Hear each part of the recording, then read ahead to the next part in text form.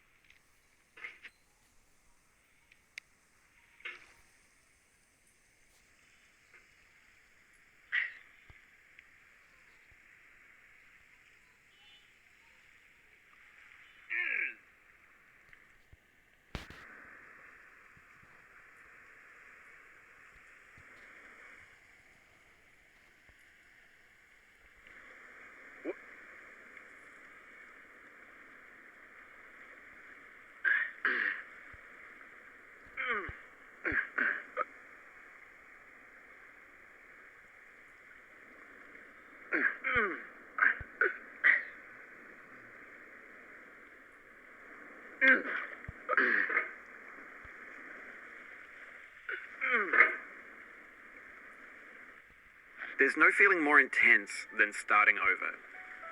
If you deleted your homework the day before it was due, as I have, or if you left your wallet at home and you have to go back after spending an hour in the commute. If you won some money at the casino and then put all your winnings on red but it came up black. If you got your best shirt dry cleaned before a wedding and then immediately dropped food on it. If you won an argument with a friend and then later discovered that they just returned to their original view. Starting over is harder than starting up.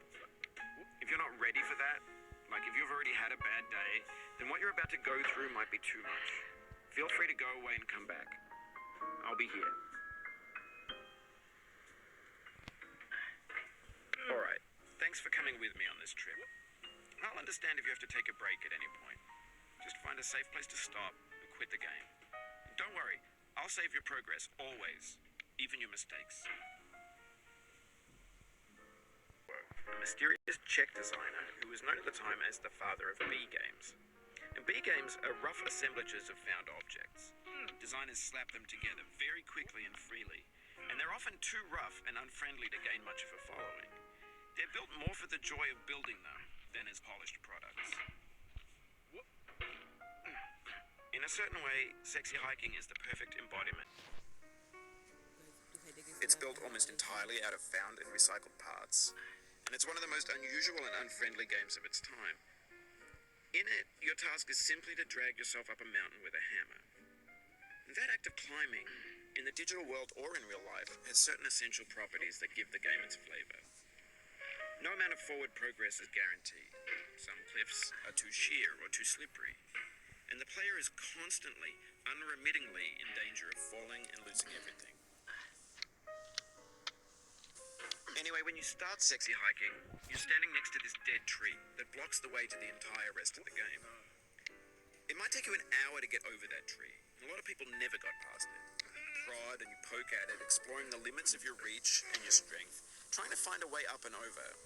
And there's a sense of truth in that lack of compromise. Most obstacles in video game worlds are fake. You can be completely confident in your ability to get through them once you have the correct method or the correct equipment or just by spending enough time. In that sense, every pixelated obstacle in Sexy Hiking is real. Oh, you just lost a lot of progress. That's a deep frustration, a real punch in the gut.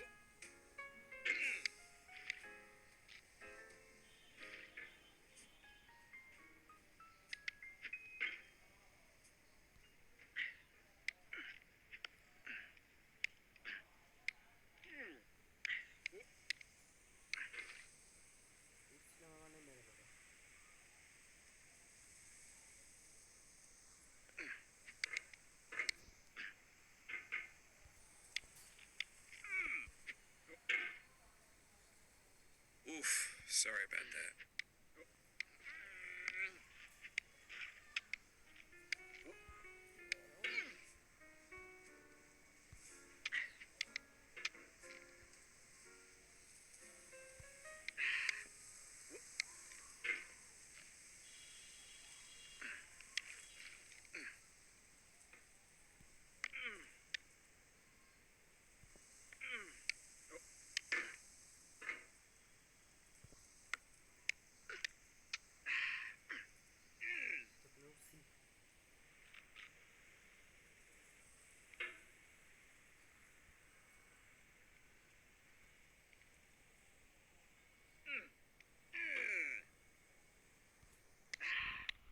obstacles and sexy hiking are unyielding, and that makes the game uniquely frustrating.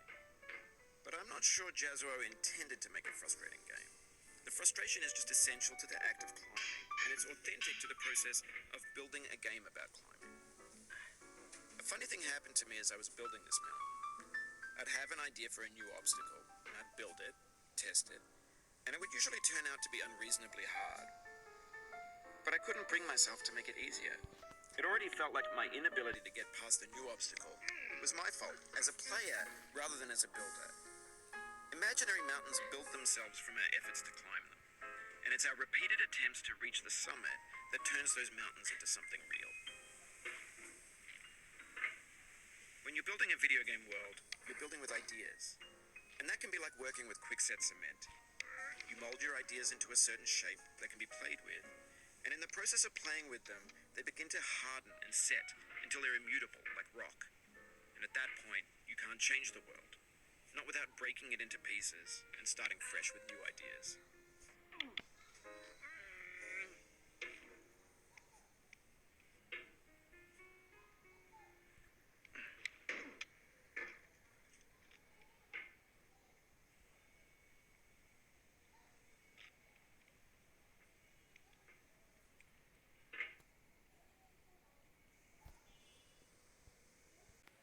Guys আবার শুরু করতেছি।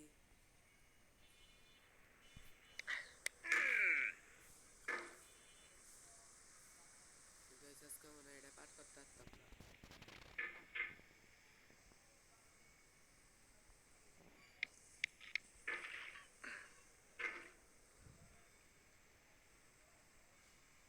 ধান্দা শিখছে।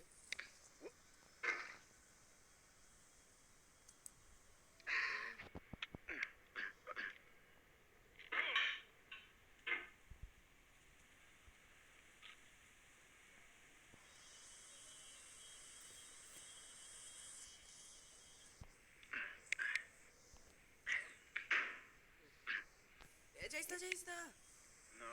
ধর।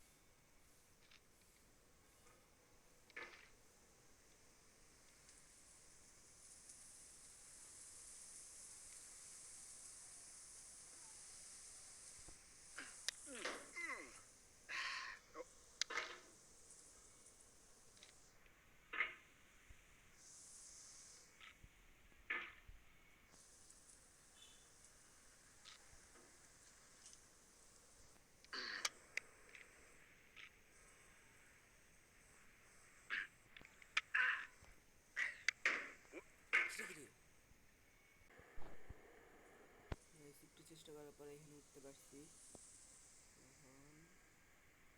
এখানে উপরে যেতে হবে।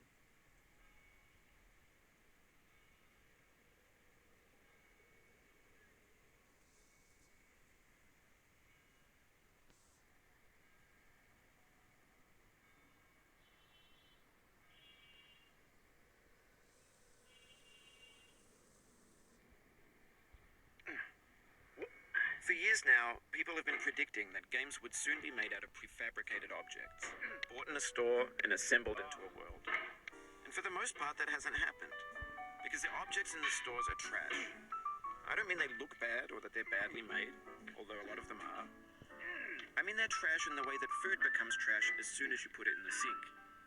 Things are made to be consumed and used in a certain context, and once the moment is gone, they transform into garbage. In the context of technology, those moments pass by in seconds. Over time, we've poured more and more refuse into this vast digital landfill that we call the internet. It now vastly outnumbers and outweighs the things that are fresh and untainted and unused. When everything around us is cultural trash, trash becomes the new medium, the lingua franca of the digital age. And you can build culture out of trash, but only trash culture. B games, B movies, B music, B philosophy. Maybe this is what digital culture is. A monstrous mountain of trash, the ash heap of creativity's fountain. A landfill with everything we ever thought of in it. Grand, infinite, and unsorted. There's 3D models of breakfast. Gen X's fanfic novels, scan magazines, green screen Shia LaBeouf, banned snuff scenes on LiveLeak. Facebook's got lifelike bots with unbranded adverts and candid shots of Kanye and Taylor Swift mashups, car crash epic failed GIFs, Russian dashcam vids, discussions of McRibs, discarded, forgotten, unrecycled, muddled, rotten, untitled. Everything's fresh for about 6 seconds, until some newer thing beckons, and we hit refresh. And there's years of persevering, disappearing into the pile, out of style, out of sight.